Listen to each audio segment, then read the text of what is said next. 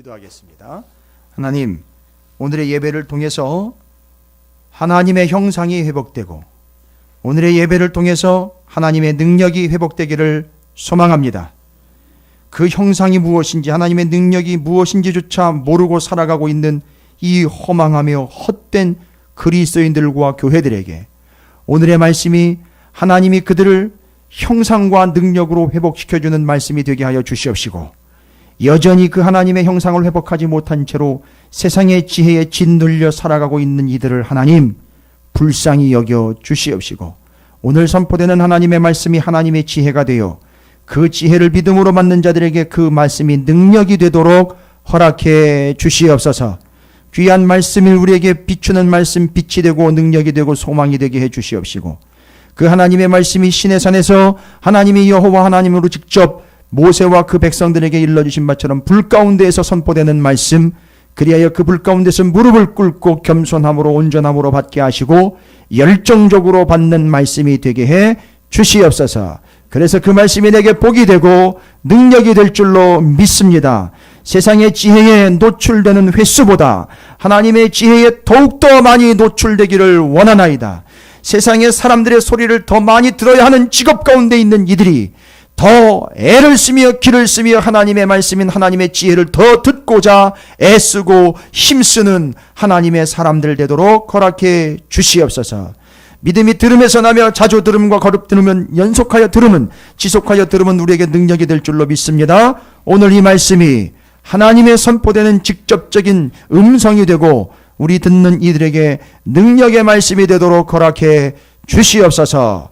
감사드립니다. 예수님의 이름으로 간절히 기도 올리옵나이다. 아멘. 할렐루야. 예, 옆에 있는 분들 축복하도록 하겠습니다. 이렇게 축복하겠습니다. 이게 거의 이제 잠정적으로 굳어졌습니다. 내년도 표어입니다. 예, 형상 회복, 능력 회복이라고 옆에 있는 분을 축복하도록 하겠습니다. 오늘 당회기 때문에 당회 때 제가 발표할 건데 미리 발표한 겁니다. 여러분 복 받으신 거예요. 별로 복인 것 같지 않죠? 예, 그거는 하나님의 지혜의 능력을 모르기 때문에 이게 뭔 소린가 싶은 거예요. 지금 일부 예배 때 제가 요즘에 일부 예배가 한 40명 가까이 참석을 하고 있어요. 여러분 2부 예배 분발하시기 바랍니다. 그래도 2부 예배 인원수에는 비길 수가 아니요. 일부 예배에 지금 저희 교회 성도님들 아닌 성도님들도 와서 예배 드리고 막 그러고 있어요. 그죠? 일부 예배 때 이 이야기를 했어요. 신명기의 거듭 들음. 그래서 하나님의 말씀, 그 하나님의 말씀은 보고 믿는 게 아니라 듣고 믿음이다 그랬어요. 듣고 믿음이다. 그래서 여러분 자꾸 보려고 하는 거, 예, 교회가 뭐 쇼하는 데도 아니고 자꾸 프로그램 같은 거 해가지고 이렇게 보여주기 식으로 해가지고 사람들 끌어모으려고 하는 교회들 뻔한 겁니다. 나중에 어떻게 될지 뻔한 거예요. 근데 보고 믿는 게 아니라 듣고 믿는 거예요. 그 오죽하면 쉐마 이스라엘이라고 했겠습니까? 들어라 이스라엘아. 심지어 들을 게 있는 자들은 들을지어다라고 계속 듣는 거 얘기를 계속해요. 그래서 이 듣는 것을 통해서 믿음이 나고요. 거듭 들음은 그것이 바로 능력이 된다 그랬습니다. 여러분, 제가 오늘 여러분에게 미리 선포하며 미리 말씀드린 우리 하나님의 형상을 회복해야 하고 하나님의 능력을 회복해야 된다라는 말씀드렸는데, 하나님의 능력이라는 말을 이미 고린도전서에 수도 없이 얘기했어요. 지금. 그래서 이미 고린도전서의 말씀들을 수요일이나 금요일 새벽에 말씀을 나누시는 분들에게는 놀라운 지혜의 말씀, 능력의 말씀을 세상의 지혜 아닌 하나님의 지혜에 계속 노출되는 것. 그런데 이 지혜에 노출되는 게 고린도전서에 보니까 능력이 되는데 무슨 능력이 됐느냐? 어제도 제가 한참 또 어떤 권사님하고 얘기를 나눴지만 그냥 휘두르는 능력이 아니라 이게 능력이 돼가지고 내게 닥쳐오는 감당할 수 없는 어려움들을 어떻게 해버린다고? 감당하는 능력이 된다 그랬어요. 여러분, 하나님의 말씀이라든지 하나님이 내게 있어서 내가 어떤 능력자가 되어가지고 내가 힘을 발휘하는 존재가 아니라 나는 힘을 못 써요. 그런데 그게 능력이 된다는 말은 뭐냐 하면 나는 힘을 못 써도 못 주는 존재이지만 하나님이 내게 능력이 되신단 말이에요.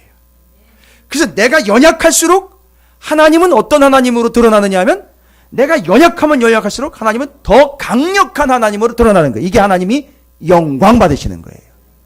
그래서 우리는 고린도전서에 보면 어리석고 바보 같은 자들을 왜 하나님 자꾸 다가와가지고 그들을 선택하느냐? 그들이 연약하면 연약할수록 그들을 통해서 더욱 능력의 하나님이 드러나기 때문에 그들을 선택하시는 거예요. 그래서 오늘날 교회를 선택하신 이유는 뭐냐면 교회가 능력이 있고 잘 나가기 때문이 아니라 그 성도들을 통해서 하나님이 영광 받으시기 위함이라는 겁니다. 그래서 그 능력을 주심으로 하나님은 정말 지금까지 감당하지 못할 여러 가지 어려운 일들을 이제는 어떻게 한다? 감당을 해내게 된다는 거예요. 절대 피해가는 게 아니라 이제 빌립보서의 사도 바울이 그런 얘기했죠. 기억나시죠? 내게 능력 주시는 자 안에서 내가 모든 것을 할 수 있다라는 말은 오해하시면 안 돼요. 그게 자기가 능력 있는 사람이 됐다라는 착각. 아니요. 내게 능력 주시는 자 안에서 이제는 모든 것을 감당할 준비가 되어 있습니다라는 거지요. 여기서 한 걸음 더 나갑니다. 감당하게 되면은요, 그 어려운 것들을 감당하게 되면 나중에 어떤 단계까지 가시는 아십니까? 담당하게 된다는 거예요. 근데 우리는요, 자기의 능력을 먼저 내세우면서 뭐부터 이야기하려고요?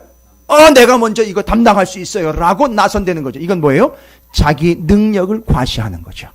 그러나 하나님의 지혜가 능력이 되어서 감당을 해내는 사람들에게 뭐가 된다? 담당시켜 주신다는 겁니다. 할렐루야. 놀랍습니다.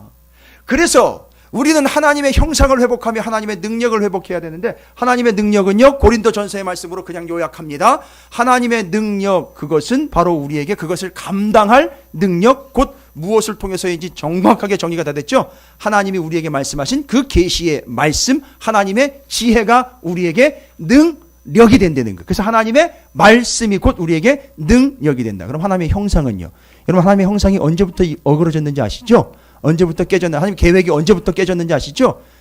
에덴 동산에서 아담과 하와를 통해서 하나님의 무엇대로 창조한 그들이요? 형상대로 창조한 그들이 죄악이 들어옴으로 인하여 하나님의 형상이 어그러지기 시작했습니다. 하나님의 계획은요, 하나님의 형상을 닮은 사람들이 태어나가지고 이 사람들이 어디로 가요? 생육하고 번성해서 대한민국도 오고 미국도 가고 캐나다도 가고 일본도 가고 여기 온 세계 방방곡곡으로 하나님의 형상으로 지음받은 사람들이 어떻게 해요? 다 퍼져서 하나님이 한순간에 뭐라고, 얘들아 라고 부르면 예 하고 대답을 하는 순간 전 세계에 있는 하나님의 형상을 닮은 이들이 한꺼번에 대답을 하므로 온 세계에 하나님의 형상을 가진 사람들이, 닮은 사람들이 한꺼번에 다 드러나므로 누가 영광을 받으시는 거죠? 하나님이 영광을 받으시는 겁니다. 그래서 지금 관건이 뭔지 아시죠? 하나님의 뭐를? 형상과 하나님의 능력을 회복해야 될 때가 됐습니다. 근데 여러분 하나님의 형상은 뭘로 회복되는지 아십니까? 뭐가 회복되는지 아시죠? 에덴 동산이 회복되어야 되는 거죠. 하나님과의 관계. 하나님과의 관계는 곧 창조된 자가 창조주를 어떻게 하는 것으로? 예배하고 영광 돌리는 것으로 회복되는 겁니다. 이건 외워두세요. 일부 예배 때도 분명히 얘기한 겁니다. 하나님의 형상 회복은 하나님을 닮은 자로서 하나님의 자녀됨의 도리고 당연한 결과예요. DNA 검사를 하지 않아도 닮은 것만 보면 이게 내 새끼로구나 라고 확인될 수 있는 것처럼, 여러분은 하나님의 형상대로 지음받았기 때문에 여러분의 모습 속에는요, 누가 있다는 얘기죠? 하나님이 계신다는 거죠. 누구를 닮은 거지요? 하나님을 닮은 겁니다. 누가 봐도 쏙 빼닮은 거예요. 그게 형상입니다. 형상 회복, 능력 회복이에요. 자, 그러면 하나님의 형상 회복은 뭘 통해서 가능합니까? 에덴 동산의 하나님과의 관계 회복, 즉 예배를 통해서 영광, 그 형상이 회복되는 겁니다. 죄송합니다. 한두 번 가지고 안 돼요. 여러분 지속적으로 예배하시기 바랍니다. 예배가 귀찮고 어려운 문제가 아니라 하나님의 영광, 곧 형상 회복이 바로 요 자리에서 에덴 동산이 이 예배를 통해서 회복되는 거예요. 잊지 마시기 바랍니다. 예배 목숨 거세요. 반드시입니다. 예배를 통해서 하나님의 형상이 회복되는 겁니다.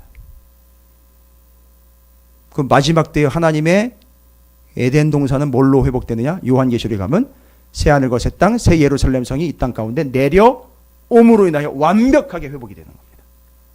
자, 요건 뭐 나중에 이야기 드리고요. 결론적으로 좀 얘기를 드리면 하나님의 형상과 하나님의 능력 회복이 관건인데 하나님의 형상은 다른 걸로 가능하지 않습니다. 예배로 가능합니다. 그러니까 지금 심각한 상황 가운데 있는 이들이 한둘이 아니에요. 하나님의 형상을 완전히 잃어버리고 살아가고 있는 이들이 수두룩합니다. 됐죠? 제가 오전에도 얘기 드렸어요. 내가 그래도 교회는 안 나가도, 말씀은 인터넷으로 듣고 있고, 교회는 안 나가도 TV에 나오는 유명한 목사님들 설교를 그렇게 잘 골라서 듣고 있고, 제가 나름대로 은혜 받고 있습니다. 저 정말 가짜는 소리로 들립니다. 말이 안 되는 얘기예요. 뭔 얘기입니까? 하나님의 형상 회복은 어떻게 하고요? 하나님의 형상은 어떻게 하고요? 예배를 통해서입니다. 그거는 말장난입니다. 거기에 속아 넘어가지 마십시오. 이 자리에 나와 예배의 시간에 직접 나와 예배함이 곧 형상 회복인 거예요.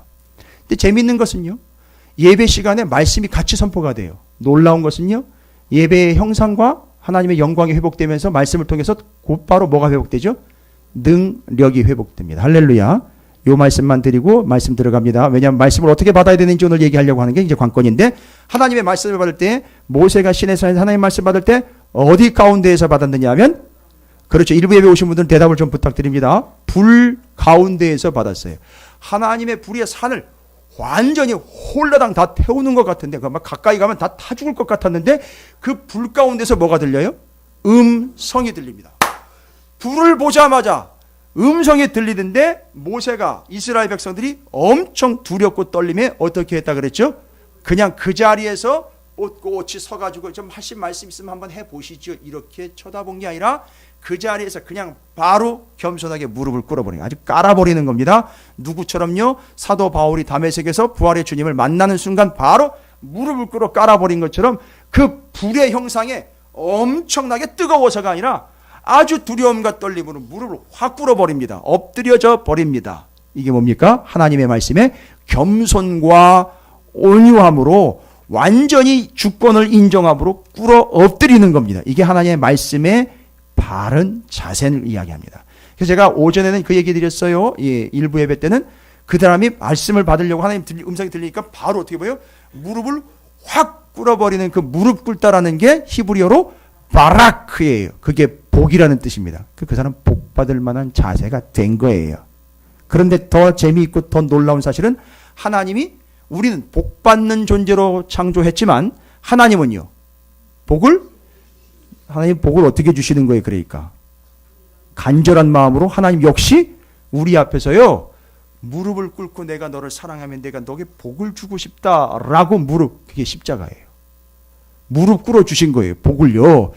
이 사실을 안다면 도대체 하나님 앞에 어떻게 고개를 뻣뻣이 쳐들고 예배를 안 나오는 것 자체를 어떻게 자랑스럽게 여길 수 있고 아무렇지도 않게 받아들일 수 있는지에 대한 이해가 안 돼요. 저는 정말 두렵고 떨립니다. 하나님의 형상 회복은 반드시 예배를 통해서입니다. 그런데 이 모든 일들을 감당한 자들은 나중에 담당하는 자가 되는데, 이 능력을 어디로부터 오느냐? 하나님의 지혜의 말씀으로부터 온다는 거예요. 그래서 말씀에 계속 노출되면 그것이 능력이 돼요. 그렇죠? 들음에서 믿음이 납니다. 계속 들음이 뭐가 된다 그랬죠? 능력이 된다. 그래서 그 말씀이 능력이 되는 거예요. 그래서 감당케 됩니다. 그리고 나중엔 담당하는 영혼이 됩니다. 오늘 하나님의 말씀을 받을 때 여러분 무릎 꿇어 겸손함으로 받으시기 바랍니다. 한 가지 더 뜨거운 거는요, 그 속에 뭐가 있다는 얘기죠? 불이 있다는 얘기예요. 불은요, 열정을 이야기합니다. 열정적으로 받으시길 바라겠습니다. 자, 그러면 그렇게 전할 테니까 그렇게 받으시기 바라겠습니다. 할렐루야. 그래서 이래 오늘 말씀이 하나님의 말씀인 지혜가 여러분에게 하나님의 능력이 될 줄로 믿습니다. 예배를 통해 형상이 회복될 줄로 믿습니다. 진리의 말씀을 통해서, 지혜를 통해서 하나님의 능력이 여러분에게 회복될 줄로 믿습니다. 그런데 오늘 말씀에서는 하나님의 능력이고 지혜고 다 까먹어버린 한 사람의 이야기가 소개가 되고 있습니다. 그 사람 바로 누구냐면 두로의 왕입니다. 교만하기 이를 데 없는 두로의 왕, 그가 내뱉는 외마디의 외침을 들어보시기 바랍니다. 뭐라고 이야기하고 있냐? 드디어 올 것이 왔다라고 제가 얘기 드렸죠. 바로 2절입니다. 여러분 28장 2절의 말씀을 한번 같이 읽어볼까요? 인자야, 너는 두로 왕에게 이르기를, 주 여호와께서 이같이 말씀하시되, 내 마음이 교만하여 말하기를, 나는 신이라. 내가 하나님의 자리 곧 바다 가운데에 앉아 있다 하도다. 내 마음이 하나님의 마음 같은 채 할지라도 너는 사람이요 신이 아니거든. 이 사람 심각한 상황 가운데 갔습니다. 뭐래요? 자기가 뭐래요? 신이래요. 여러분은 이제 눈치가 빠르기 때문에 이런 얘기 안 해요. 내가 신이야. 예, 심지어 내가 최고야. 이런 얘기 안 해요. 그런데 눈치 없이 정말 내가 하나님이야 라고 자기 입으로 실수하면서 계속 연발하는 사람들이 있어요. 뭐라고 얘기하는지 아세요? 이런 얘기하는 겁니다. 내 인생은 나의 것. 옛날에 한테 유행했던 노래 제목이기도 합니다. 내 인생은 나의 것. 참 맞는 얘기 같은데 잘 보십시오. 두로 왕이 내가 신이야. 와우. 내가 하나님이요. 잘 보세요. 요 짝퉁 보십시오. 왜 짝퉁이라는지. 여러분, 내가 신이야 라는 말은 어디서 이게 빌려온 내용이냐 하면 하나님이 하나님 당신의 이름을 뭐라고 표현했다고요? 나는 스스로 있는 그걸 히브리어로 여호와 야훼 하나님이라. 나는 여호와 하나님이라. 그 뜻이 뭡니까? 나는 스스로 있는 자. 영어로는 I am who I am. 이건 잊어버리십시오. 나는 스스로 있는 자야라는 걸 이 두로 왕이 뭐라고 고백한 거예요? 짝퉁으로. 내 능력껏 내가 존재하는 거야. 내가 내 힘으로 버티고 있는 거야. 내가 최고야. 내가 신이야 라는 말은 하나님이 당신을 나는 여호와라는 그 호칭을 자기가 가져다가 짝퉁으로 써먹는 거예요. 뭐예요? 내가 최고야. 요 표현들 내 인생은 내 것이야. 여러분이 늘 듣고 있는 거예요. 제발 여러분이 이런 표현은 좀 내뱉지 마시기를 바랍니다.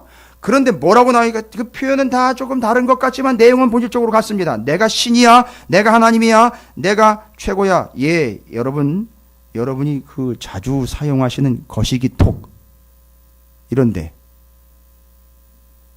뭔지 모르세요? SNS 아주 이 휴대폰이 엄청나게 옛날에는 그냥 휴대폰이라 그랬는데 이제는 그 폰을 스마트폰이라 그래요. 사람한테도 스마트라는 표현을 잘 안 쓰는데 물건한테 스마트라는 표현을 써서 스마트폰, SNS 여러분이 그래서 자 예배 드리다 보면 계속 여기서 까똑까똑 그래요. 여기저기서 쓰고 있고 심지어 예배 시간에도 막 검색하시고 계시잖아요. 그렇죠? 예, 조심하세요. 제가 그거 고린도전서에 근거해서 입각해서 경고합니다. 죄송합니다. 어디 감히 하나님의 지혜가 선포되는 자리에 세상의 지혜를 갖다 끄집어대십니까?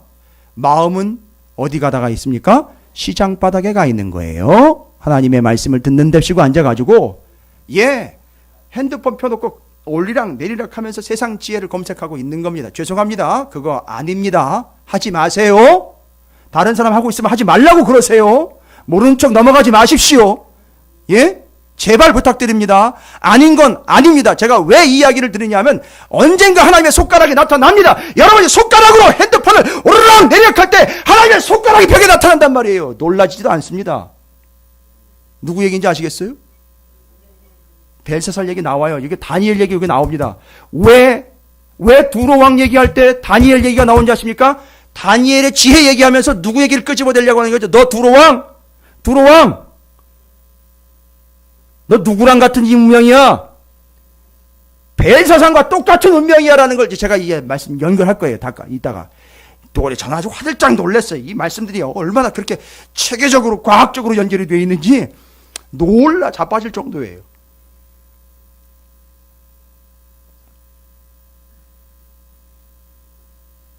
여러분이 별로 놀라지 않아서 제가 다시 한번 정리하는데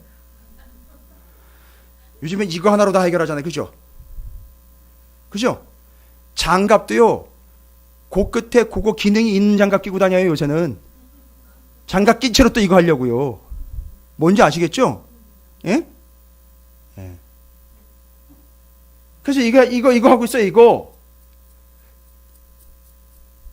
그러다가 딱 눌렀으면 결제한 거예요. 그런데 이거 하고 있는데 잘 보십시오. 놀랍습니다. 이거 하는 인생에게 어느 순간이 온다고요? 하나님의 손가락이 나타난다는 거예요. 인생에. 그건 목사님 핸드폰 하나 하는 것 같아. 그걸 얘기하는 게 세상의 지혜와 하나님의 지혜를 얘기하는 거잖아요. 자, 그러면 이제 연결합니다. 그런 고백을 해요. 야, 내 인생 내 것이야. 이게 두로 왕이 내가 하나님이야, 내가 신이야, 내가 최고야라는 걸 이야기하는 걸 다른 표현을 하는 걸 지금 이해하시겠죠? 나 스스로 나의 길을 개척한다.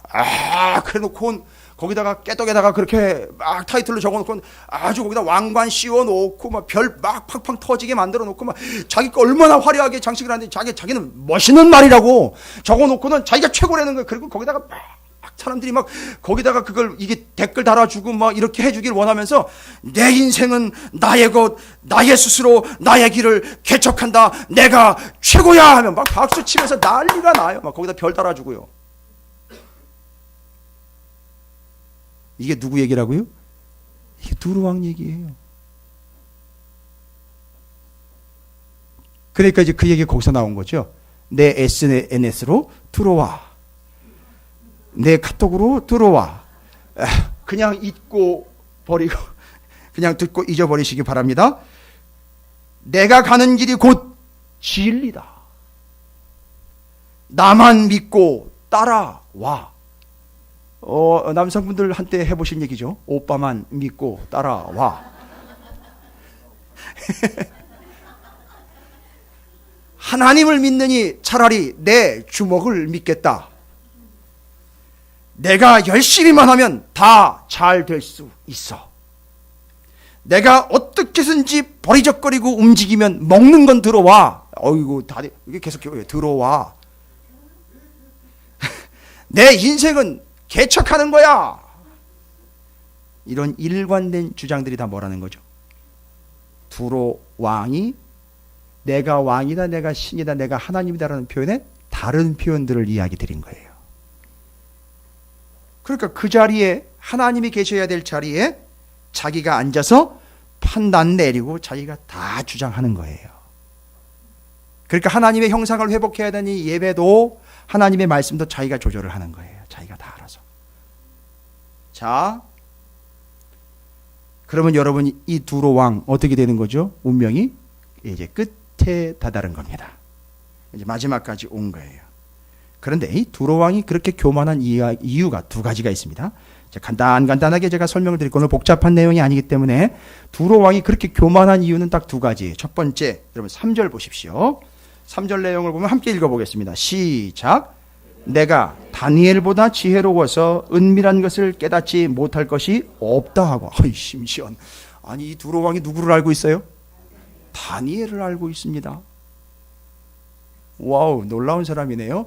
그런데 그 이야기인 즉슨 뭐래요? 내가 그보다 더 지혜롭다. 야, 여러분 우리 지혜 나오면 또 이제 한번 또 물 만난 고기처럼 또 한번 또 펄떡펄떡 거려 보잖아요. 그 지혜라는 게 어디에 나와 있기 때문에 우리 고린도전서 이미 충분히 연결했기 때문에 그 지혜라는 것, 와우, 그러면 지혜 이야기 나오면 두 가지로 나뉘잖아요. 저 어떤 지혜죠? 하나님의 지혜와 세상의 지혜죠. 야, 이 두로 왕이 지금요 다니엘보다 자기가 지혜롭다라는 말은 하나님의 지혜에서 뛰어나다는 얘기가 아니라 뭐에 지금 찌들어 있기 때문이요. 세상의 지혜에 찌들어 있기 때문에 뭐라고 이야기를 해요? 내가 심지어 누구보다 하나님의 지혜를 가진 다니엘보다 더 지혜롭다라고 이야기를 하는 거예요. 자, 바로 두로 왕이 교만한 첫 번째 이유는 뭐라고요? 자기가 스스로를 뭐라고 착각하고 있다? 지혜롭다라고 이야기합니다. 그래서 뭐 때문이죠? 세상의 지혜에 완벽하게 쪄들어 있기 때문에 이 두로 왕은 교만할 수밖에 없는 거예요. 그래서 하나님의 지혜의 말씀을 듣는 횟수보다 뭘 더 많이 듣게 된다는 거죠? 세상의 지혜를 더 많이 듣게 됩니다. 제가 직업을 나누거나 직업의 귀천을 얘기하는 게 아닙니다. 여러분, 우리 그리스도인들이요, 성도이지만 세상 사람들의 얘기를 많이 들어야 하는 직업들이 있어요. 그렇죠? 당연히 세상 사람들의 얘기를 많이 들어줘야 하는 직업이 있다고요. 아주 위험합니다. 직업이 나쁘다는 게 아니라 하나님은 하나님을 믿는 사람들로 그 위치까지 보내신 이유는 뭐냐 하면 그 사람들이요, 세상의 지혜를 듣지만 하나님의 지혜의 사람이 되도록 하기 위하여 세상 사람들의 지혜를 듣는 것보다 어떻게 해야 되죠? 살아남으려면 하나님의 지혜의 말씀에 더 많이 노출돼야 돼요. 근데 그게 균형이 깨지면 어떻게 된다? 완전히 세상의 지혜 두로가 되는 겁니다. 두로 왕이 돼버리는 거예요. 그 자기가 거기서 최고가 되는 겁니다. 내 맘대로 하는 거예요. 내 멋대로 하는 겁니다. 다 연결이 돼요. 이 소상한 예들을 다 드리면 여러분이 상처받을 정도로 아주 정확하게 다 맞아떨어져요. 여러분, 세상 사람들의 말을 많이 들어야 되는 위치에 계신다면 걱정하지 마십시오. 세상의 지혜보다 하나님의 지혜를 더 자주 들으시면 됩니다. 세상의 지혜보다 하나님의 말씀인 지혜에 더 많이 노출되시면 됩니다. 그게 해결책이에요. 그렇죠? 자, 그러면 그 바로 두로 왕이 교만한 이유는 내가 다니엘보다 지혜롭다라고 이야기했어요. 다니엘보다 더 지혜롭다. 그리고 은밀한 것을 깨닫지 못할 것이 없다. 심지어 4절에 내 지혜와 총명으로 뭐라고 얘기를 해요? 재물을 얻었으며 금과 우를 곳간에 저축하였으며 내 큰 지혜와 내 무역으로 재물을 더하고 그 재물로 말미암아 내 마음이 교만하였도다 라고 이야기합니다. 두로 왕의 교만의 첫 번째 이유는 하나님의 지혜가 아닌 워낙에 세상의 지혜에 노출되어 있기 때문에 세상의 이야기를 다 듣고, 그러니까 두로 왕이니까 워낙에 잘 사니까 세상에 유명한 이야기라는 이야기, 세상의 곳곳에 소개되어 있던 유명한 이야기들은 자기가 다 듣고 있는 거예요. 왜요? 무역이 성하니까 세상 사람들이 들어와가지고 세상에 있는 얘기를 다 해주는 거예요. 그러니까 세상 어디에서 무슨 일이 있었는지 이걸 다 하니까 마치 자기가 백과사전인 건 양 착각을 하면서 자기가 최고다라는 것을 드러내는 거예요. 왜요? 세상의 지혜로 이미 쪄들어 버렸기 때문에. 세상의 지식이 풍부하기 때문에 그걸 최고로 놓고 있습니다. 그래서 세상의 지혜로 인하여 교만해졌습니다. 그 다음에는요, 뭐 때문이죠? 그 풍부한 재물 소유 때문에 이 사람이 교만에 이르게 되었다라고 말하고 있습니다. 그런데 하나님은요, 하나님의 사람들을요, 어떻게 하지도 않고 아시죠? 예? 부하지도 가난하지도 않게 하시는 이유에 대해서 여러분 성경 말씀이 기록한 거 기억하십니까? 너무 가난하면 도둑질할까봐 그렇죠. 또한 너무 부하면 어떻게 될까봐? 교만할까봐. 하나님이 어떻게 한다? 적절하게. 적절이라는 표현은요, 하나님 수준에서 어떤 양을 이야기하는 게 아니라 그 사람이 자족하게 만드는 거예요. 스스로 만족할 정도로 허락을 하시는 겁니다. 자, 두 가지 이유입니다. 하나님의 지혜 아닌 세상의 지혜와 그가 가지고 있는 바가 너무 풍성하다 보니까 이 사람이 어떻게 되었다? 교만하게 되었습니다. 교만은 뭐의 선봉? 패망의 선봉이라 그랬습니다. 그래서 세상의 지혜가 이 사람을 교만하게 만들었기 때문에 고린도전서 때 얘기했죠. 세상의 지혜가 또한 뭐의 선봉이라 그랬죠? 패망의 선봉이다라고 이야기를 했습니다. 자, 그러면은요, 이제 여러분 두로 왕이 고백한 그 고백에 대해서 하나님이 아주 일가를 가하시죠. 아주 무자르도 딱 잘라버리시죠. 하나님 뭐라 그래요? 내가 신이다, 내가 하나님이다, 하나님인 채 하면서 살아가고 있는 그에게 하나님은 뭐라고 얘기하신다고요? 인자야, 너는 두로 왕에게 이르기를 주 여호와께서 이같이 말씀하시되 내 마음이 교만하여 말하기를 나는 신이라. 내 하나님이 자리 곧 바닷 가운데 앉아 있다 하도다. 내 마음이 하나님 마음 같은 채 할지라도 뭐래 하나님이? 너는 사람이요 신이 아니다. 너는 사람이지 신이 아니다. 근데 두로는 뭐라고 얘기했다고요? 나는 신이다라고 이야기를 한 거예요. 그럼 자기가 스스로 있는 자다라는 얘기를 한 거죠. 여호와다라는 얘기를 한 거죠, 자기가. 그 다음에 9절에 보면 내가 너를 죽이는 자 앞에서도 내가 하나님이라고 말하겠느냐. 너를 치는 자들 앞에서 사람일 뿐이요 신이 아니다 라고 이야기합니다. 이쯤 되면 누구도 고칠 수 없는 교만의 선봉, 패망의 선봉이 되어 있는 거죠. 운명상 이 사람은 결국 망하게 됩니다. 자, 그러면 여러분이 두로 왕의 이야기로 조금 이해가 쉽지 않다라면 성경의 구약과 신약의 두로 왕과 같은 운명에 처했던 두 사람을 보시면 확실하게 이해가 되실 거예요. 그러면 그 두 사람의 이야기가 누구의 이야기하면 두로 왕의 이야기로 정의가 될 거예요. 근데 의도적이에요. 아주 의도적으로 두로 왕과 똑같은 타입을 구약의 한 명, 신약의 한 명으로 정의를 딱 끝내버립니다. 이 놀랍습니다. 제가 아까 얘기했죠. 왜 다니엘이 나왔는지. 다니엘이 지적하여 그 삶의 앞에 손가락이 나타나가지고 정확하게 정리 끝낸 그 사람 바로 누구죠? 벨사살 왕입니다. 여러분 벨사살 왕을 또한 찾아가 보도록 하겠습니다. 요 에스겔서 다음 성경이죠. 다니엘서 5장 18절로 가봅니다.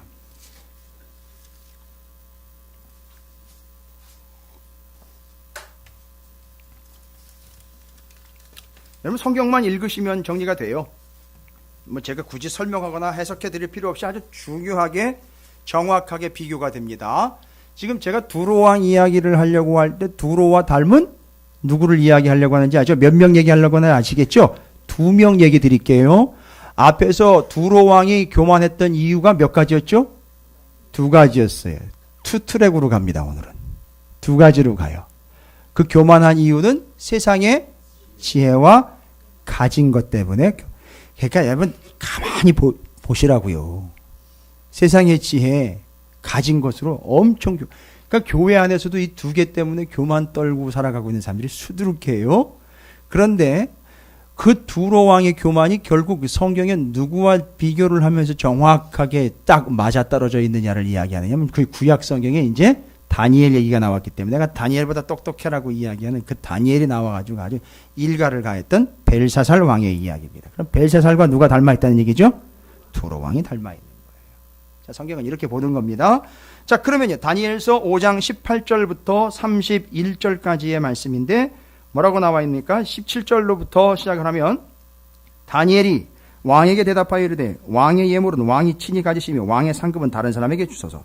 그럴지라도 내가 왕을 위하여 이 글을 읽으며 그 해석을 아뢰리이다. 왕이여 지극히 높으신 하나님의 왕에 붙인 느부갓네살에게 나라와 권세와 영광과 위엄을 주셨고 그에게 큰 권세를 주셨으므로 백성들이 나라들과 언어가 다른 모르는 사람들이 그의 앞에서 떨며 두려워하였으며 그는 임의로 죽이며 임의로 살리며 임의로 높이며 임의로 낮추었더니 그가 마음이 높아져서 뜻이 완악하여 교만을 행함으로 그의 왕위가 패한 바 되며 그의 영광을 빼앗기고 사람 중에서 쫓겨나서 그의 마음이 들짐승의 마음과 같았고 또 들나귀와 함께 살며 또 소처럼 풀을 먹으며 그의 몸이 하늘 이슬에 젖었으며 지극히 높으신 하나님이 사람 나라를 다스리시며 자기 뜻대로 누구든지 그 자리에 세우시는 줄을 알기에 이르렀나이다. 자, 벨사살 왕이여 왕은 그의 아들이 되어서 이것을 다 알고도 아직도 마음을 낮추지 아니하고 마음을 낮추지 아니했다라는 말이 지금 현재 벨사살이 어떤 상태라는 거죠? 교만한 상태라는 거죠. 도리어 잘 보십시오. 23절 자신을 뭐예요? 하늘의 주제보다 높이고 그의 성전 그릇을 왕 앞으로 가져다가 왕과 귀족들과 왕후들과 후궁들이 다 그것으로 술을 마시고. 여러분 이거 뭔 얘기입니까? 성전 그릇들요? 그렇지요. 성전에서 뭐 할 때 썼던 거죠? 제사 드릴 때 썼던 것을 바벨론 그 침략해가지고선 성전 묻어뜨리고 죄 가져온 거죠? 그러면 이게 몇 개인 줄 아세요? 시간이 좀 지났죠? 성전 기명 고레스 왕에 의해서 돌아갈 때에 가지고 가라고 내준 성전 그릇이 기구가 5,400개였습니다. 그걸 내다가 뭐에다 써먹은 거죠? 자기가 술 받아 먹는 데 써버린 거예요. 와. 그러니까 얼마나 교만한 건지 아시겠죠? 하나님을 제사하는 데 쓰는 그릇을 자기가 술 받아 먹는 데 쓰고 이제 이 정도인 거예요. 지금 엉망진창 된 겁니다. 보지도 듣지도 알지도 못하는 금은 구리 새와 나무 돌로 만든 신상들을 찬양하고 도리어 왕의 호흡을 주장하시고 왕의 모든 일을 작정하시는 하나님께는 영광을 돌리지 아니한지라. 바로 요겁니다. 뭐 하지 아니한지라? 하나님께 영광을 돌리지 아니한지라. 이게 교만의 가장 심각한 문제죠. 모든 영광 누구한테로요? 그렇죠. 교만의 결국이죠. 교만은 모든 영광은 다 자기가 가로채는 겁니다. 내가 중심이 되고 누가 드러나는 거죠? 내가 드러나는 겁니다. 자기 중심으로요. 자기 것 외에는 없습니다. 24절입니다. 이러므로 그의 앞에서 이 손가락이 나와서 이 글을 기록하였나이다. 기록된 글자는 이것이니 곧 메네 데겔 우바르시니라. 이 글을 해석하건대 메네는 하나님이 이미 왕의 나라의 시대를 세워서 그것을 끝나게 하셨다. 자, 교만의 끝이 뭡니까? 교만의 끝은 끝난다는 거예요. 여러분 조심하십시오. 세상의 지혜와 가진 것 때문에 교만에 이르게 되는 결과는요, 하나님이 뭐한다? 끝내버린다는 거예요. 패망이 끝난다는 얘기입니다. 끝낸다 하는 얘기입니다. 여러분 교만의 특징은요, 언젠간 끝난다는 거예요. 그 다음에 뭐라고 이야기합니까? 데겔은 왕을 저울에 달아보니 뭐예요?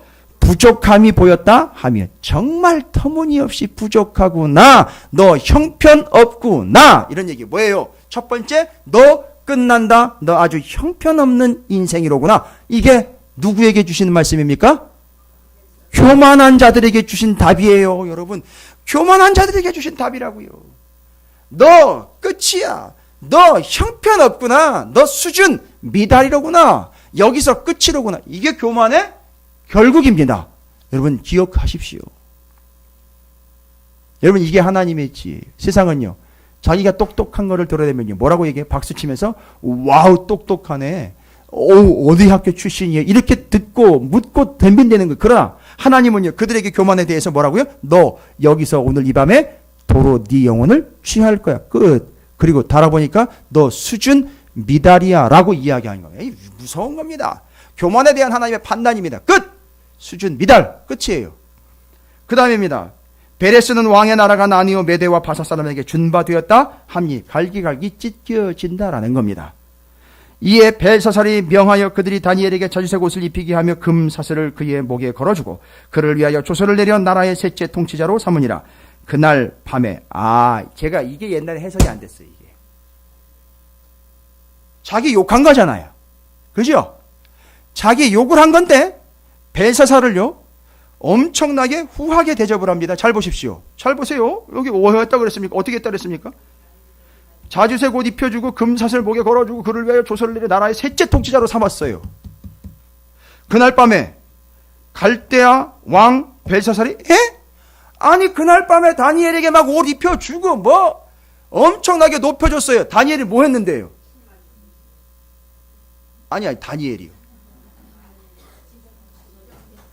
지적을 해가지고 여기서 끝! 당신 수준 미달이야 이야기를 했는데 벨사살 왕이 그 다니엘에게 뭐 했어요? 막 옷 입혀주고 난리가 났죠. 여러분 이거 오해하실 수 있잖아요. 와우 이제 벨사살이 정신 차렸나 보다. 아니 근데 어떻게 됐어요? 그날 밤에 하나님 데려갔어요. 이거 뭔 얘기입니까 그러면? 이 벨사살 왕의 이 제수추어는 뭘까요 도대체? 세상의 지혜로는 도대체가 해석이 안 돼요. 세상의 지혜는 도대체 해석이 안 된단 말입니다. 거기다가 몇 번째로 놨습니까? 다니엘을? 3번째로 놨어요. 그럼 뭐예요? 우리나라로 치면은요. 부총리 아니에요. 고사님 친구분이시네? 경제부총리. 그 위치에 놓은 거예요. 누구를요? 자기를 전문 용어 쓰면 안 되겠다. 자기를 폄하하며 질타하며 지적을 해. 너 교만한 자 왕이지만 너도 끝이고 너 수준 미달이야라고 이야기한 걸 벨사살이요. 그걸 듣고 이 다니엘을 높여준 거예요. 그런데 셋째까지 갔고요. 근데 그날 밤에 하나님이 데려가 보셨어요. 그러면 정확한 사실 하나는 벨사살이 회개한 게 아니라는 거예요. 그러면 다니엘에게 옷을 입혀주고 다니엘을 3번째로 놓은 이유는 뭘까요? 예? 다니엘은 분명히 뭐를 전했어요? 정확하게 얘기하셔야죠. 하나님의 말씀인 하나님의 지혜를 전했는데 이놈의 벨사살은요? 요놈 이용하면 내가 세상적으로 높은 위치에 더 앉을 수 있고 더 높아질 수 있겠다. 그러니까 바로 그날 밤에 데려가신 거예요. 이해가 되세요? 아주 정확하게 해석되죠? 헷갈릴 거 없죠? 하나님의 지혜를 전했음에도 불구하고 이 세상의 지혜로 쩌들어 있는 이 인간은 그것조차도 자기가 자기 자신을 높이는데 이용을 해먹었던 거예요. 징글징글합니다. 이 정도 되면 지렁이도 아니에요. 이 정도 되면 구더기예요.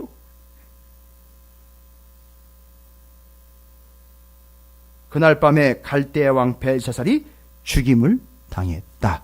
자, 이게 누구 얘기라고요? 벨사살 왕인데 이게 꼭 누구랑 닮아있다는 거죠? 두로 왕 닮아있어요. 그러면 그날 밤에 바로 죽어버린 벨사살 왕과 구약에서는 벨사살이에요. 그러니까 여러분 두로 왕 얘기하면 다니엘의 지혜이 딱 얘기 나와요. 그래서 그 다니엘의 지혜, 에스겔서 28장에 다니엘보다 지혜로워라는 이야기가 바로 요건 거예요. 누구 앞에? 벨사살 앞에 다니엘이 나왔는데 벨사살이 저놈 이용하면 내가 저놈보다 더 지혜로울 수 있겠다라는 이런 계산 속에 그게 완전히 하나님의 꼬투리가 잡혀버린 거예요. 됐죠? 이게 두로 왕이에요. 그래서 다니엘 얘기가 나온 거예요. 에스겔서 28장에. 그럼 다니엘, 그럼 두로 왕. 두로 왕 얘기하면 누구 왕 또 얘기 나누는 얘기죠? 바벨론에 벨사살 왕 한 명 더 있습니다. 구약에는 벨사살, 신약에 넘어갑니다. 사도행전 12장입니다.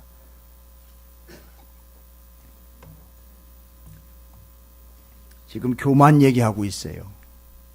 세상의 지혜, 하도 세상에 굴러먹고 세상의 지혜로 아주 쩌들어 있는 사람들과 자기가 가지고 있는 것들에 대한 그 아주 교만한 마음들. 사도행전 12장 20절부터 24절까지입니다. 고딩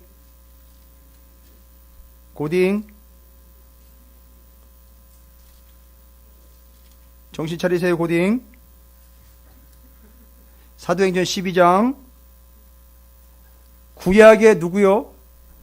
벨사살. 지금 누구를 설명하는데 여러분에게 이해를 돕고 있죠? 누구를 통해서? 두로 왕이 어떤 인간인지를 이야기하는데 두로 왕에 대해 이렇다 저렇다 얘기하는 게 아니라 누구를 빗대어서 설명드리고 있는 거예요. 구약의 벨사살, 신약의 누구 얘기인지 보십시오. 사도행전 12장 20절부터 24절까지 함께 살펴봅니다. 신약성경 208쪽이에요. 여러분, 이게 성경 보는 거예요. 아마 개척하면서부터 이렇게 했으면 여러분 다 도망갔을 거예요. 아마. 뭐 말씀을 그렇게 복잡하고 맨날 성경을 한두 개. 여러분 이제 어느 정도 됐기 때문에 제가 이거 하는 거예요. 지금 이렇게 해야 돼요. 이게 말씀이 능력이 되는 겁니다. 헤롯, 사도행전 12장 20절부터 24절까지입니다. 헤롯이 두로와 시돈 사람들을 대단히 노여워하니. 여기 또 두로와 시돈 얘기가 또 나와요. 이게 헤롯 얘기에 또. 야, 이게 별것 아닌 것 같지만 이게 다 연결이 되어 있는 거예요. 심지어 두로와 시돈도, 잘 보세요. 구약성경에서 그렇게 잘 나가던 두로와 시돈도 뭐 하고 있는 거죠? 누가? 헤롯이 뭐 하고 있어요? 그렇죠. 깔보고 있는 거예요. 지금 그러니까 누구보다 더 교만한 거예요. 두로 왕보다 더 교만한 거예요. 지금 두로 왕 얘기하는데 벨사살 이야기하고 헤롯 왕 이야기할 수 있다면 그건 대단한 수준인 거예요, 여러분. 정말 대단한 수준인 거예요. 두로 왕 이야기하는데 그냥 부자였더라, 잘난 척했더라로 끝나버리면 그건 아주 표면적인 거고요. 벨사살 왕 이야기하고 누구 이야기해요? 헤롯 왕까지 가면 이건 대단한 수준인 거예요. 그 지금 담임 목사 누구냐라는 얘기 나올 거예요. 그 어느 교회 다녀요? 라고 얘기 나올 겁니다. 이게 지금 뭐 녹화가 돼가지고 또 올라가겠지만 상당히 중요한 분이에요. 헤롯 얘기합니다. 그래서 두로와 시돈 사람들을 대단히 노여워하니 그들의 지방이 왕국에서 나는 양식을 먹는 까닭에 한 마음으로 그에게 나아가, 잘 보시죠. 왕의 침소 맡은 신하 볼라스도를 설득하여 화목하기를 잘 보이려고요. 누구한테요? 두로와 시돈이. 헤롯한테 잘 보이려고요. 예, 맞습니다. 아부하러 온 거예요. 21절 헤롯이 뭐예요? 나를 택하여 왕복을 입고 단상에 앉아 백성에게 연설을 하니 백성들이 크게 부르되 이것은 뭐래요? 신의 소리요 사람의 소리가 아니라 하고 드디어 올 것이 왔습니다. 헤롯이 뭐예요? 영광을 하나님께로 돌리지 아니함으로 주의 사자가 곧 어떻게 해요? 친히 벨사살 왕은요 곧 쳐서 어떻게 됐어요? 그날 밤으로 그냥 하나님 불러가셨고요. 여기 헤롯은요 하나님께서 그 영광을 하나님께로 돌리지 아니함으로 주의 사자가 뭐래요? 곧 친히 어떻게 해요? 벌레에게 먹혀 죽으니라. 반대로요. 이렇게 교만한 자는 벌레에 먹혀 죽고 24절에 하나님의 말씀은 흥왕하여 더하더라. 아주 대조를 이루고 있습니다. 그러면 헤롯 왕이 이 교만함으로 인하여 하나님께 영광을 돌리지 아니했기 때문에 하나님의 사자가 고쳐서 어떻게 됐대요? 벌레에 먹혀 죽었다. 이거 제가 여러 번 얘기했어요.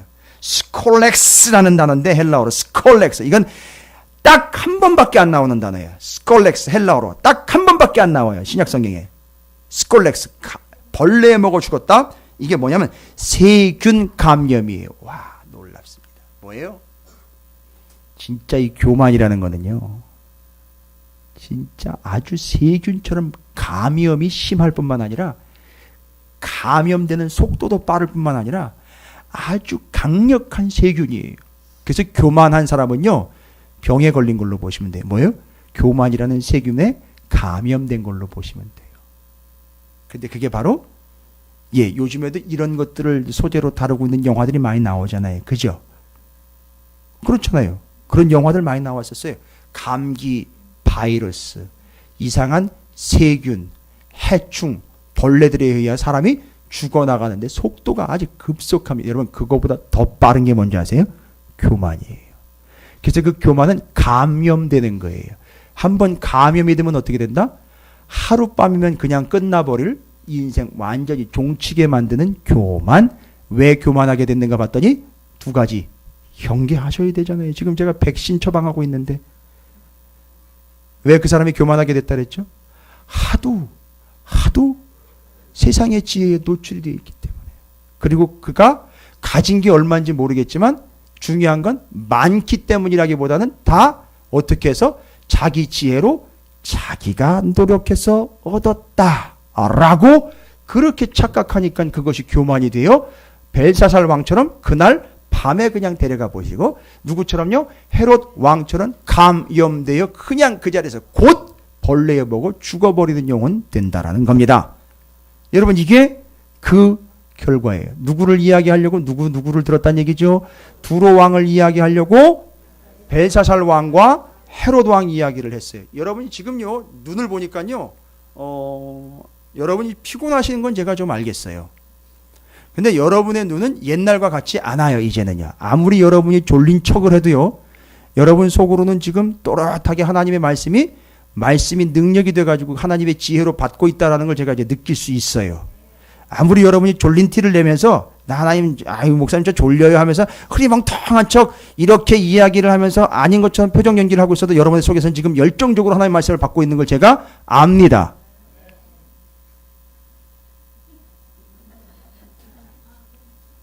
그렇게 아무리 피곤한 티를 내셔도요. 여러분 속에서는 지금 막 불이 타고 있는 거 제가 안다고요. 야, 이 두로왕 이야기를 벨사살과 헤롯 이야기로 설명했어요. 그럼 여기서 끝나면 안 되잖아요. 제가 오늘은 어떻게 간다 그랬죠? 투트랙으로 간다 그랬죠. 투트랙. 이 둘 다 뭐예요? 자기가 결국 뭐죠? 신이요, 최고요, 하나님이란 얘기죠. 그런데요, 성경에서는요. 아니야, 나 하나님 아니에요. 그러지 마세요. 난 신이 아닙니다. 그러지 마세요. 라고 아주 강력하게 반발했던 사람이 하나 있습니다. 누구죠? 사도 바울입니다. 그럼 그 얘기도 봐야죠. 사도행전 14장으로 갑니다. 왜 성경을 그렇게 많이 찾습니까? 여러분 이게 하나님의 지혜예요. 사도행전 14장입니다. 사도행전 14장 8절 가보시겠습니다. 13장 바로 뒤죠? 12장 바로 뒤고요. 그렇죠. 14장 8절입니다. 바울이 몇 차 선교 여행인지 아시겠습니까? 1차 선교 여행 때. 1차 선교 여행 때 어디에 갔느냐 하면 어디에 갔대요? 14장 8절에 보니까 루스드라라는 동네에 갔습니다. 루스드라에 누가 있느냐? 발을 쓰지 못하는 한 사람이 앉아있는데 나면서 걷지 못하게 되어 걸어본 적이 없는 자라. 바울이 말하는 것을 듣거늘 바울이 주목하여 구원받을 만한 믿음이 그에게 있는 것을 보고 큰 소리로 내 발로 일어라 하니 그 사람이 일어나 걷는지라. 무리가 바울이 한 일을 보고 루가오니아 방언으로 소리질러 이르되 신들이 사람의 형상으로 우리 가운데 내려오셨다 하여 바나바는 제우스라 하고 바울은 그 중에 말을 하는 자매로 헤르메스라 하더라. 와우, 일 터졌어요. 바울과 바나바를 뭐라고 얘기를 해요? 신이다. 바나바가 제우스고 바울은 말을 잘하니까 헤르메스라고 난리가 났습니다. 끝났어요. 지금 신이 돼버린 거예요. 누가요? 바울과 바나바가 신이 돼버린 거예요. 아니 자기가 신이라고 얘기를 안 했고 옆에 있는 사람이 신이라고 막 죽여서 와 신이 나타났다. 신이다.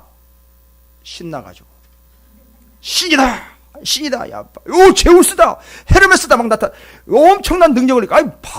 평생 발을 못 쓴 사람을 이렇게 세웠으니까 난리가 난 거예요. 이건 신이 할 수 있는 거다. 이건 신만 하는 거다. 이 사람들은 신이다. 제우스다. 헤르메스다. 난리가 났죠. 야. 그래가지고 그 사람들이 뭐라고 합니까? 13절에 시외 제우스의 제사장이 소와 화환들을 가지고 대문 앞에 와서 무리와 함께 누구한테요? 바울과 바나바에게 제사를 드리려고 온 거예요. 여러분 이날 제삿날 될 뻔했습니다. 진짜 바울과 바나바가. 그런데요 두 사도 바울과 바나바를 보십시오. 누구와는 다르게요. 누구와는 다르게 두로, 벨사살, 헤롯 왕과는 다르게 바울의 반응을 보시란 말입니다. 뭐라고 얘기한다고요? 바울과 바나바가 듣고 이 소리를 듣고 옷을 찢고 무리 가운데 뛰어 들어가서 소리를 질러 이르되 아니요 아니요 나는 아닙니다.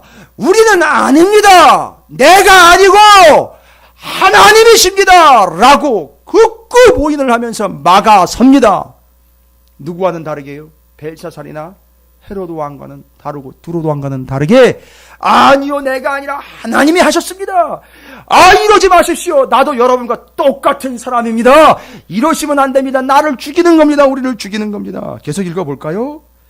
두 사도 바나바와 바울이 듣고 옷을 찢고 무리 가운데 뛰어들어가서 소리질러 이르되 여러분이요 어찌하여 이러한 일을 하느냐. 우리도 여러분과 같은 성정을 가진 사람이라 여러분에게 복음을 전하는 것은 이런 헛된 일을 버리고 천지와 바다와 그 가운데의 만물을 지으시고 살아계신 하나님께로 돌아오게 하려 함이라. 할렐루야. 와, 진짜 겸손한 자, 그의 역할이 뭔지 아시겠죠? 교만한 자의 끝을 봤어요. 진짜 겸손한 자, 그의 역할은요, 여기 나와 있잖아요. 하나님께 영광을 돌리고 사람들이 하나님께로 돌아오게 함이라. 이해하시고 들으십시오.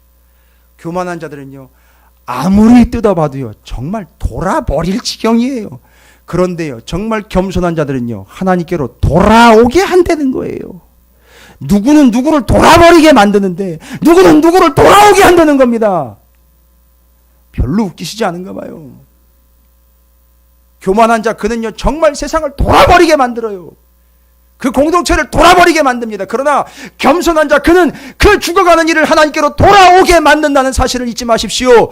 두로 왕, 벨사살, 헤롯 왕 다 논외입니다. 여러분, 그런 존재 제외시켜 버리십시오. 바울이 뭐라고 이야기합니까? 나는 아닙니다. 하나님이십니다. 하나님께로 돌아오십시오. 라고 복음을 전했다는 것이죠. 겸손함이 곧 하나님께로 돌아오게 하는 귀한 통로가 되었다는 사실입니다. 여기서 끝나지 않습니다. 사도행전 28장 1절에 보니까 거기에도 한 가지 이야기가 적혀 있어요. 사도행전 28장이면은요, 바울과 그 일행 200 몇 명이요?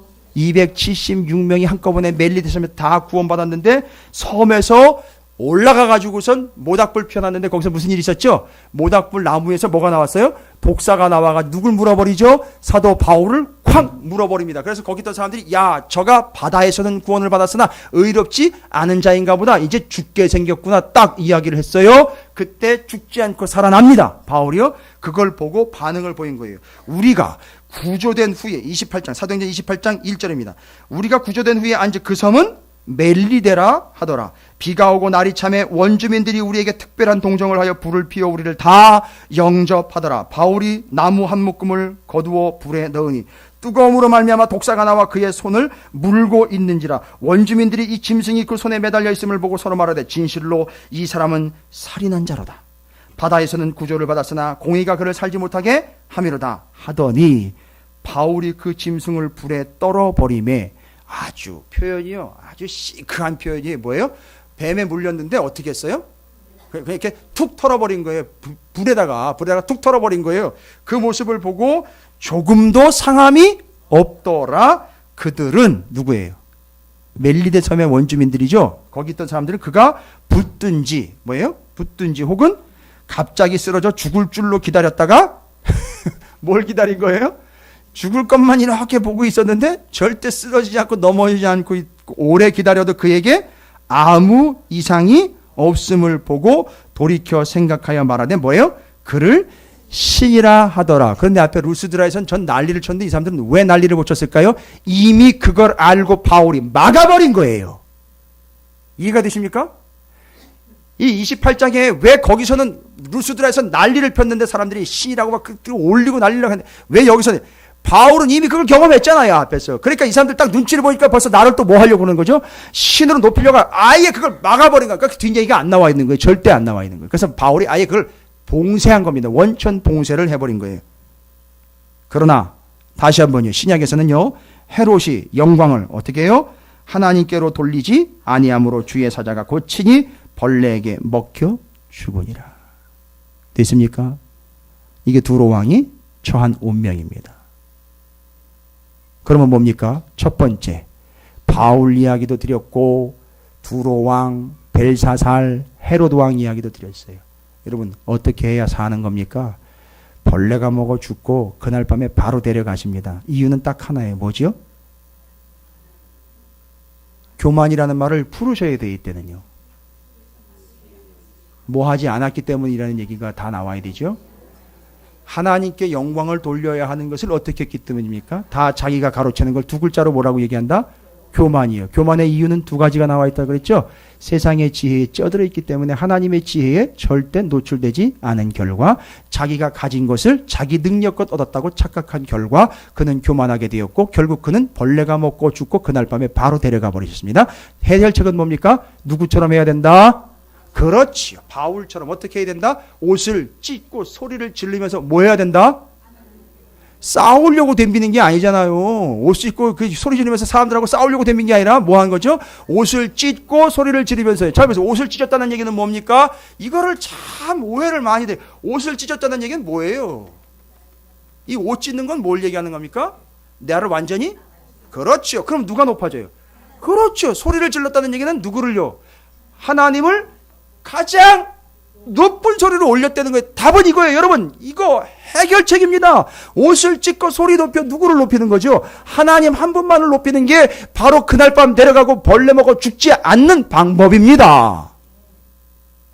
그런데요, 두로 왕에 대해서 에스겔서 28장에는요 한 가지를 더 이야기를 합니다.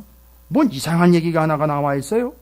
11절 이후로 보면 인자야 두로 왕을 위하여 12절에 슬픈 노래를 지어 그에게 이르기를 주 여호와의 말씀이 너는 완전한 도장이었고 지혜가 충족하며 온전히 아름다웠도다. 이상하다. 13절입니다. 이게 해결책이에요. 내가 옛적에 뭐예요? 하나님의 동산에 있어서 각종 보석. 이상하다. 이 하나님의 동산은 어디를 얘기하는 겁니까? 아니, 창세기에 제가 좀 따질게요, 여러분한테. 지금 13절로 말하면 누구 얘기하는 거죠? 두로 왕이 어디에 있었다는 거예요? 아니, 제가 따질게요. 창세기에 에덴 동산에 두로 왕이 있었어요? 아니, 누가 이렇게 덤비면 어떻게 하실 거예요, 여러분? 덤빌 사람 별로 없어요. 걱정하지 마세요. 뭐 알아야 덤비죠. 아니, 지금 여기 얘기를 하면 네가 옛날에 어디 있었대요? 에덴 동산에 있었대요. 그래가지고 각종 보석 이 보석들 다 긁어 모으면 돈 좀 되겠네요. 그 얘기가 아니라 이 보석이 다 어디가 박힌 보석이냐면 여러분 이해하십시오. 제사장이 가슴팍에 박힌 거예요. 그래서 제사장은 누구의 역할을 감당한 거냐면 에덴 동산에 아담과 같은 역할을 했던 사람이, 에덴 동산 지키는 사람인 것처럼 제사장이 성전 지키고 지성소 지켰던 사람이에요. 그래서 들락날락하면서 하나님과 관계를 회복해내는 사람이 바로 그 제사장의 역할이게, 에덴에서 아담과 같이 제사장이 성막에서 성전에서 그 역할을 했던 건데, 두로 왕이 옛날에 어디 있었던 존재래요?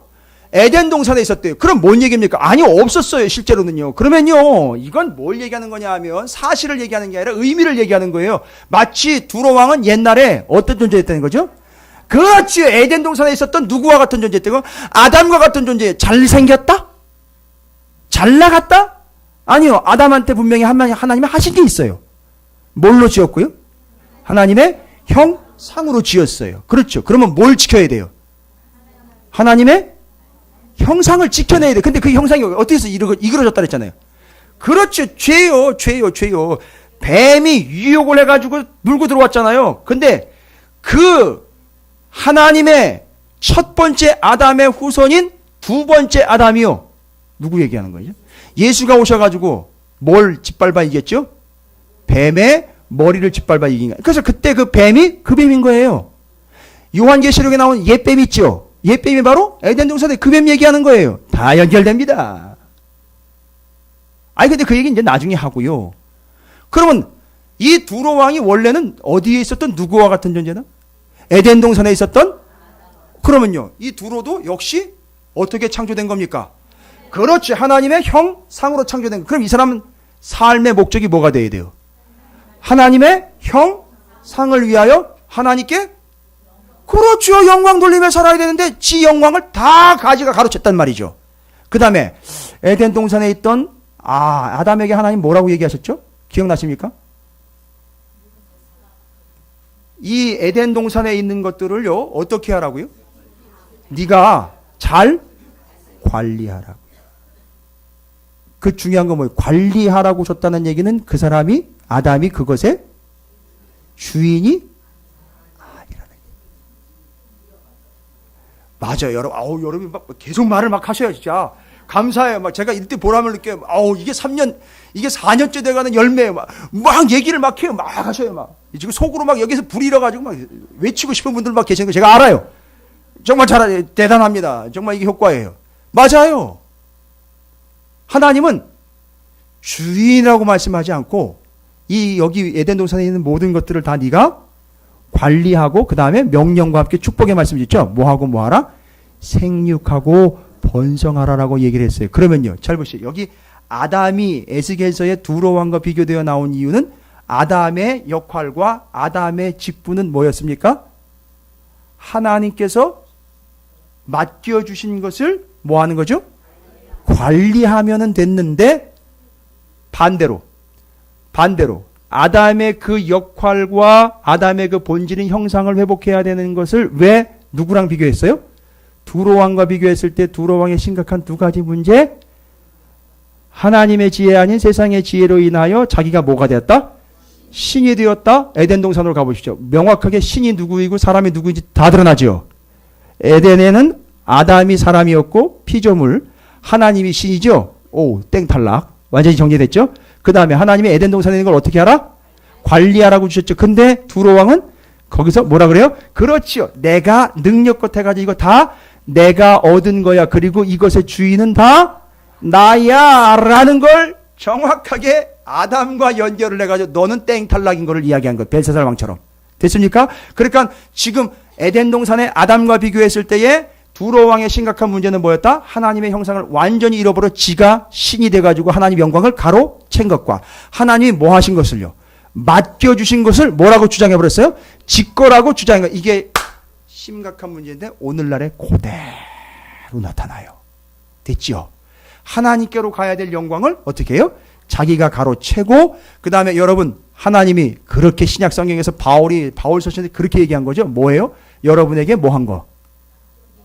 맡겨주신 거를 뭐라고 얘기를 해요? 다 내가 능력껏 내가 얻은 것, 내가 획득한 것, 그래서 내가 이것의 주인이야 라고 말한 누구죠? 어리석은 부자. 바로 그날 밤에 데려가셨어요. 누구처럼요? 그날 밤에 누구 데려간 것처럼 벨사살 왕처럼. 그렇지. 이게 수준인 거예요. 그날 밤에 어리석은 부자 데려가는 것처럼 구약 성경에 누가 벨사살을 얘기했습니까? 누가 그 배를 눌러요? 바로 여러분이 그걸 알아야 알 수 있는 거죠. 정리하는 겁니다. 벨사살이에요. 여러분 제가 오늘 엄청나게 많은 성경의 양들을 전해드린 거 아십니까? 예? 제가 단언컨대 여러분 어디 딴 데 가서 다른 얘기 못 들어요. 왠지 아시죠? 여러분이 이제 어떤 능력 가운데 있는지 아십니까? 뭐와 뭐를 구분할 수 있게 된다? 세상의 지혜와 하나님의 지혜를 구분할 수 있게 되는 거예요. 여러분 이 정도로 성경이 되지 않으면 여러분 절대 하나님의 말씀 앞에 절대 충족 못할 겁니다. 좋은 현상이에요. 기대하시고 소망하시기 바랍니다. 자, 그럼 제가 엄청난 얘기했어요. 지금 사도행전서부터 시작해서 다니엘서, 두로왕, 벨사살, 헤롯, 신, 구약을 넘나들면서 왔다 갔다 하면서 이거 일주일 동안 설교할 걸 한 주간에 설교를 해버리는 거예요. 그렇죠? 엄청난 겁니다. 근데 여러분 정리가 잘 되는 것 같아요.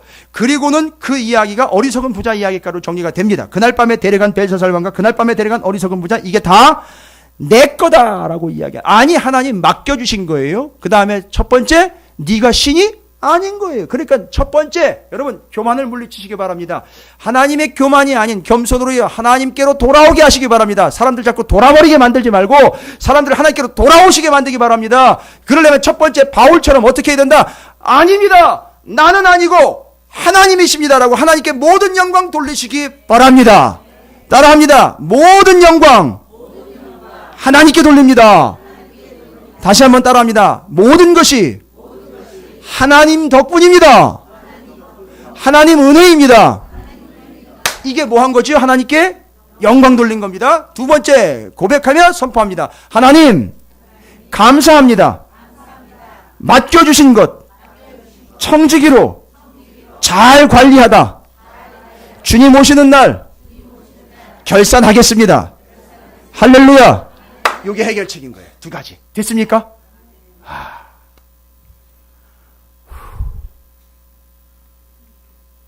전 밥값 다 했습니다.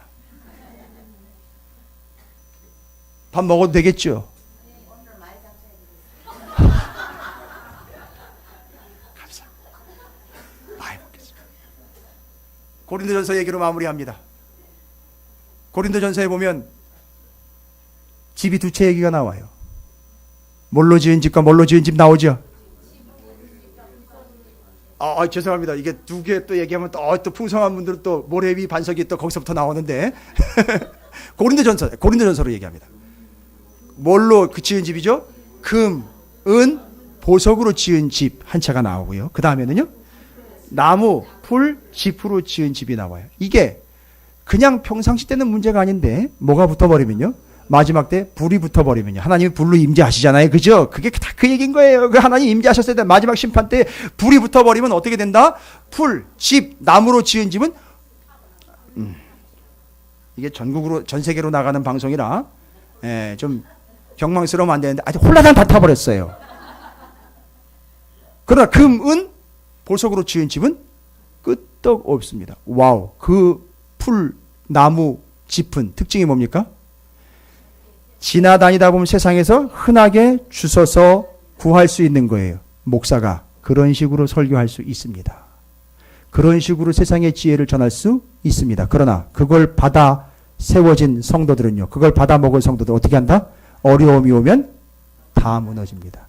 그러나 금, 은, 보석은요, 땅에는 있으나 이건 드러나게 돼 있거든요.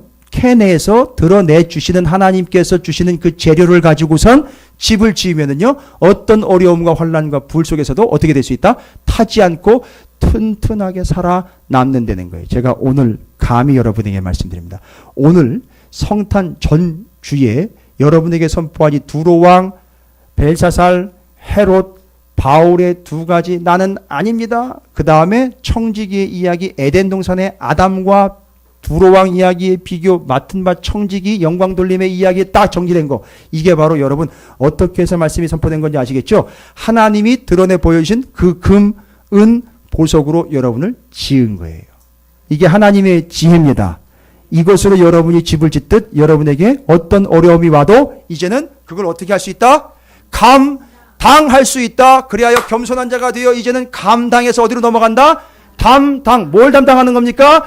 교만하여 돌아버리게 만드는 게 아니라 겸손하여, 그렇죠, 돌아오게 하는 일을 담당하는 여러분이 될 줄로 믿습니다. 할렐루야.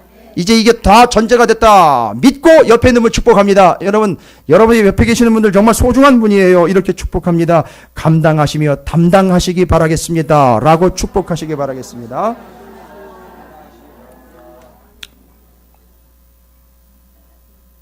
하나님의 지혜와 겸손이 답입니다. 여러분이 바울처럼 쓰임받게 될 줄로 믿습니다. 정리 잘 하시기 바라겠습니다. 결단하겠습니다. 하나님, 모든 영광 하나님께 그냥 다 돌리겠습니다. 어차피 내 영광은 없습니다. 하나님께 영광 다 돌립니다. 하나님, 내게 맡겨주신 것. 여러분, 뭐 있습니까? 여러분에게 맡겨주신 거예요. 요건 확인해야 되겠네요.